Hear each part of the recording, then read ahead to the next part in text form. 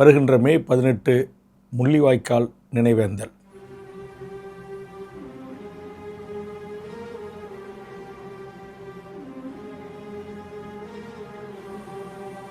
உலகத்தில் இருக்கிற பல்வேறு வல்லரசு நாடுகள் ஒன்று கூடி எம் ஈழத்து தொப்புள்குடி உறவுகளை உலக சமூகத்தால் தடை செய்யப்பட்ட பாஸ்பரஸ் கொத்து குண்டுகளை போட்டு எமது மக்களை கொத்து கொத்தாக கொன்று குவித்த நாள்.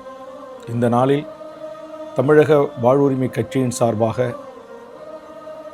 கன்னியாகுமரி மாவட்டம் புதுக்கடை பேருந்து நிலையத்தில் இருக்கின்ற தெற்கு எல்லை போராட்ட வீரர்களுடைய நினைவு ஸ்தூபியிலிருந்து